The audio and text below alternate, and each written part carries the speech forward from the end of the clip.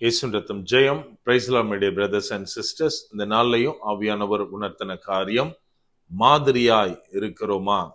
ஆவியானவர் உணர்த்தின வசனம் அப்போஸ்தலனாகிய பவுல் தீத்துவுக்கு எழுதின நிருபம் அதிகாரம் 2 வசனம் 7.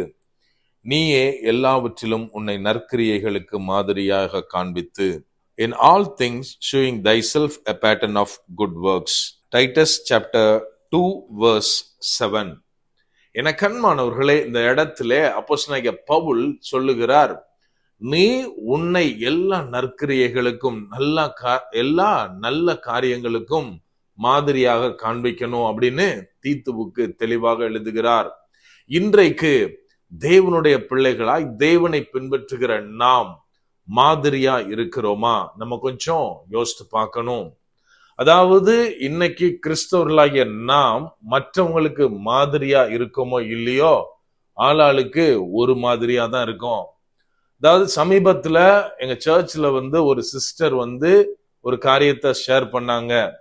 அவங்க ஸ்கூல்ஸ்க்கெல்லாம் போயிட்டு அவங்க பிள்ளைங்களுக்கு கவுன்சிலிங் கொடுக்கிற ஒரு பர்சன். அவங்க சமீபத்துல ஒரு ஸ்கூலுக்கு போயிருக்காங்க. அங்க கேட்ட கேள்வி, எத்தனை பேருக்கு உங்களோட பேரண்ட்ஸ் பிடிக்கும், அம்மாவையும் அப்பாவையும் பிடிக்கும் அப்படின்னு கேட்டதுக்கு கிட்டத்தட்ட எல்லாருமே ஹேண்ட் ரைஸ் பண்ணாங்களாம்.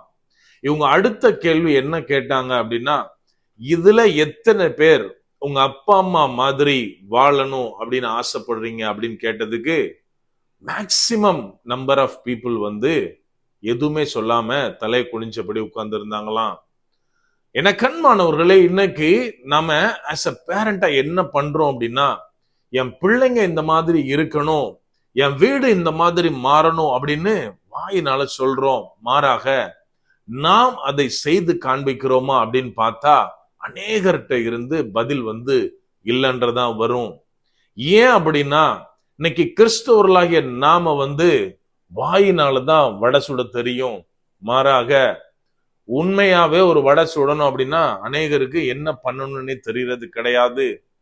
இந்த மாதிரியான காரியத்தை குறித்து தான் இங்கே அப்போஸ்தலனாகிய பவுல் சொல்லுகிறார். அந்த அதிகாரம் தொடங்குறப்போ அநேக நற்கிரியைகளை குறித்து அவர் தீத்துவுக்கு எழுதுறார். ஒரு வாலிபன் இப்படி இருக்கணும், ஒரு வயது முதிர்ந்தவன் இப்படி இருக்கணும், ஒரு ஸ்திரீ இப்படி இருக்கணும் அப்படின்னு சொல்லிட்டு அநேக கட்டளைகளை அவர் எழுதி கொண்டு வருகிறார். அப்போதான் இந்த 7வது வசனத்துல அவர் சொல்றாரு, நீயே எல்லாவற்றிற்கும் முன்னை மாதிரியாக காண்பித்து அப்படின்னு. எத்தனை பேர் இந்த மாதிரியான ஒரு காரியத்தை நம்ம வாழ்க்கையில கடைபிடிக்கிறோம்? அதாவது வார்த்தையில சொல்றது ஈஸி, இத பண்ணணும், இத பண்ணக்கூடாது, தேவனுக்கு முன்பதாக பரிசுத்தமா வாழணும் அப்படின்னு பிரசங்கம் பண்றது ரொம்ப ரொம்ப ஈஸி.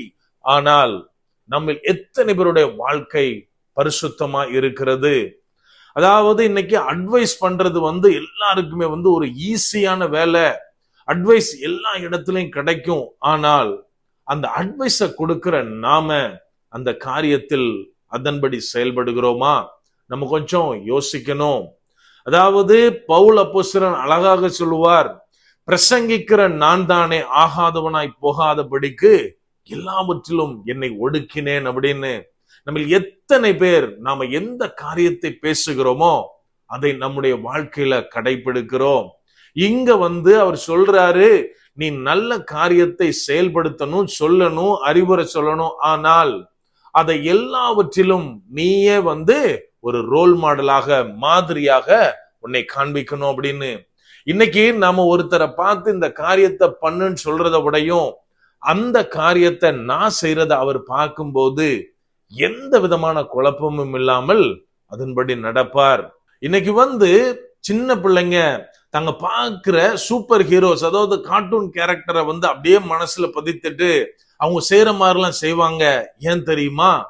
அவங்க அதை வெறுமனை இன்ஸ்ட்ரக்ஷன் கொடுக்கல, மாறாக அந்த கேரக்டரா வாழ்ந்து இவங்களுக்கு முன்னாடி, அது கற்பனை தான் இருந்தாலும் இவங்களுக்கு முன்னாடி அது பிக்சரைசேஷனா அந்த ஹீரோக்கள் பண்ற மாதிரி வர்றதுனால தான் சின்ன பிள்ளைங்கள் ஒவ்வொருத்தரும் ஒவ்வொரு ஹீரோவை தங்களோட ஃபேவரட் பர்சனா அவங்க செய்யற மாதிரி செய்யணும் அப்படின்னு ஆசைப்படுறாங்க. நம்ம எல்லாத்துக்கும் ஒரு பெரிய ஒரு நல்ல ரோல் மாடலா இயேசு கிறிஸ்து இந்த உலகத்துல வாழ்ந்து நமக்கு ஒரு நல்ல மாதிரியை வைத்துவிட்டு போயிருக்கிறார். சோ நம்ம என்ன செய்யணும்? அவர் என்னெல்லாம் செய்தாரோ, பிதாவுடைய சித்தத்தை செய்தார், தேவனுடைய ராஜ்யத்தை எல்லாருக்கும் அறிவிச்சாரு, சுகமளித்தார், இன்னும் அநேக காரியங்கள் செய்தார். அதை போல் நாம் இன்றைக்கு இருக்கிறோமா?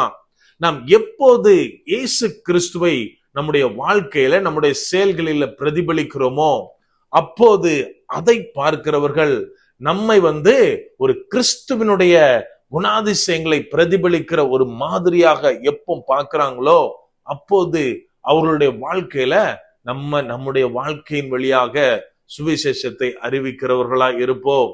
அப்போது மாத்திரமே நாம சொல்ல முடியும், நான் என்னுடைய பிள்ளைகளுக்கு, என்னுடைய ஆவிக்குரிய பிள்ளைகளுக்கு, என்னோடு கூட வாழ்கிற ஒவ்வொருத்தருக்கு முன்பதாக மாதிரியா இருக்கிறோம் என்று. அப்படியே கண்களை மூடுவோமா? அன்பான ஆண்டவரே, இந்த நேரத்திலே அப்பா உம்மை நோக்கி பார்க்கிறோம். ஆவியானவர், நீர் எங்களோட இருக்கிறீர், அதற்காக நன்றி செலுத்துகிறோம்.